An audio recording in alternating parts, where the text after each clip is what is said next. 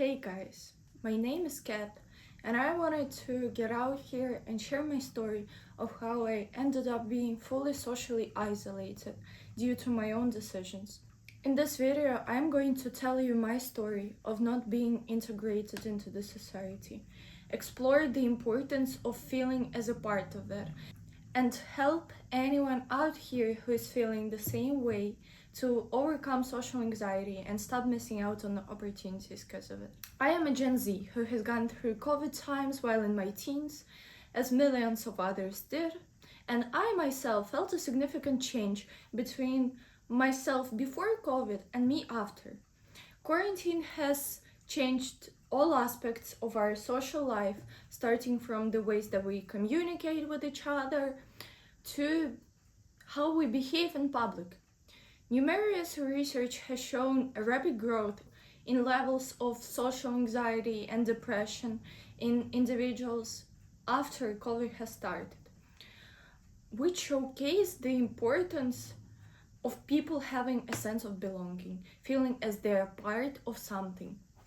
However, we're all living through it together, and something inside all of us has changed. Moving on to my story, the story how I single-handedly created the same conditions for myself in the past year. To understand where I'm coming from, let me tell you a bit about my past. Right after COVID, when I was 15, I decided to move from my home country to Poland for school. While in quarantine, I haven't really kept in touch with any of my friends or classmates, only my closest friend circle. So when I did move, I fully cut off all the connections I had with anyone from my home country. While living in Poland, I made new friends, I became a part of a new social circle, all while keeping in touch with my family and two of my best friends. After living there for 3.5 years, I applied to a university in the United Kingdom and in September 2024 moved there. I am an adoptive person and honestly always found it easy to let people go. However, not this time. The first month in the UK, I faced a question of what do I do with all the memories that I've acquired in Poland, with all the people that I've met there. Do I repeat what I did when I moved there? Or do I try and keep in touch with them, keep the memories alive? I moved to a university city with little international students, and the majority were Brits. And as Brits were raised with different values, they had other beliefs and life views, I felt as I did not belong there. That was the point where I subconsciously decided not to answer all the questions that I've been asking about my past. And it was a choice on which I decided not to act. I decided not to choose anything. While in the UK, I honestly tried building a connection with my course mates and flatmates, but slowly lost the point of it. As I said before, I did not have a sense of belonging there. So I started isolating myself, telling everyone that I wasn't going out. I stopped answering phone calls, messages, all while starting to ignore my friends from back home. And I was depressed.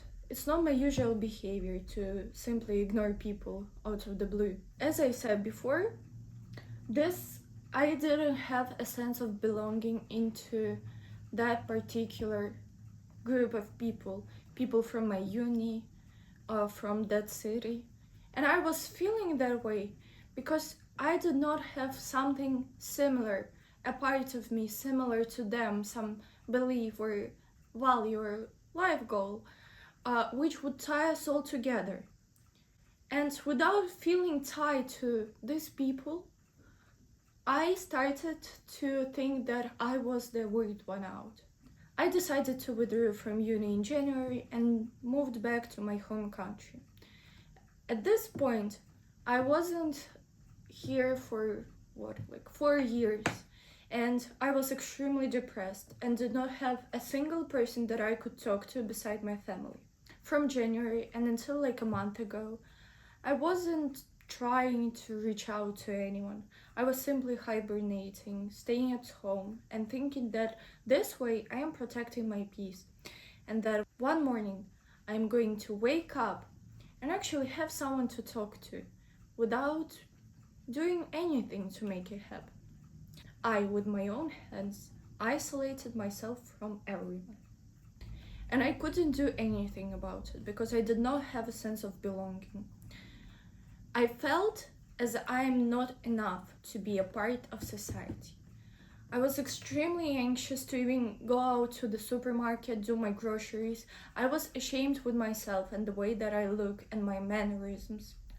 I have been dealing with eating disorder in the past, and this feeling of not being enough triggered it even more. And this little voice in my head, every time that I would leave my house, kept saying to me, "You're not pretty enough, not skinny enough, blah blah blah blah blah." And it got to the point where I would literally go mute for the whole week,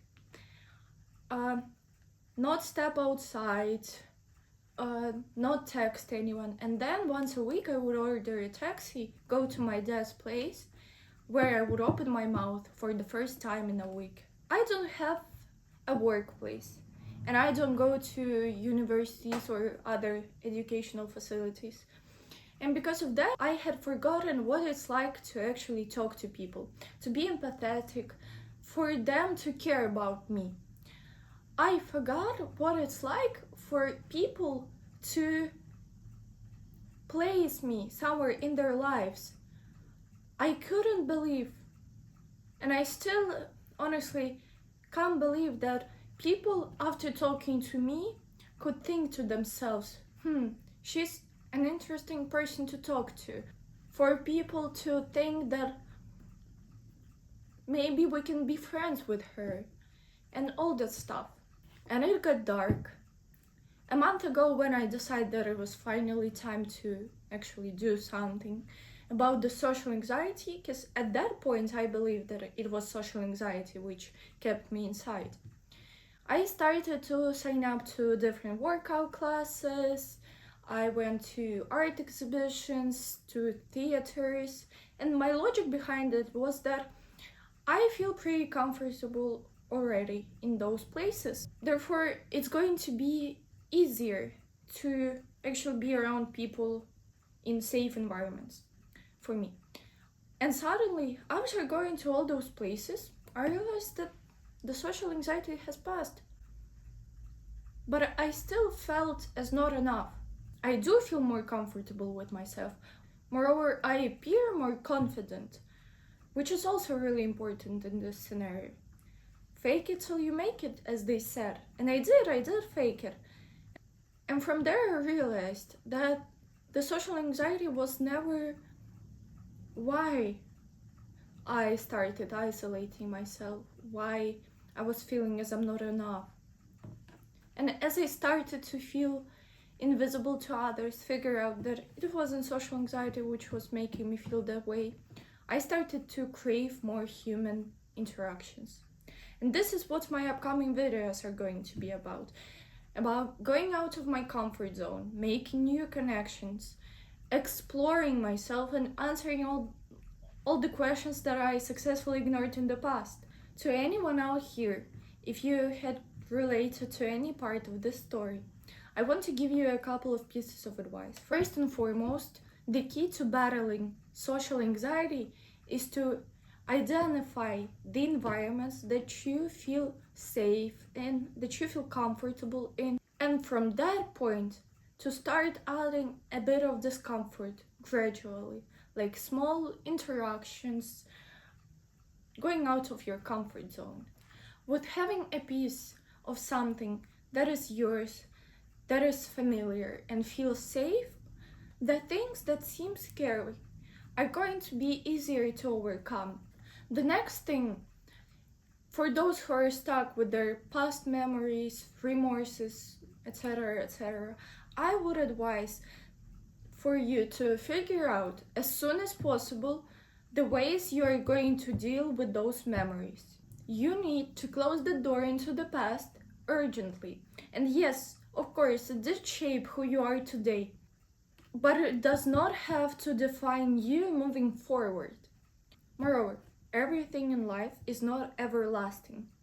So every one of us was, is, and going through different periods in life, and as we all know, periods tend to end.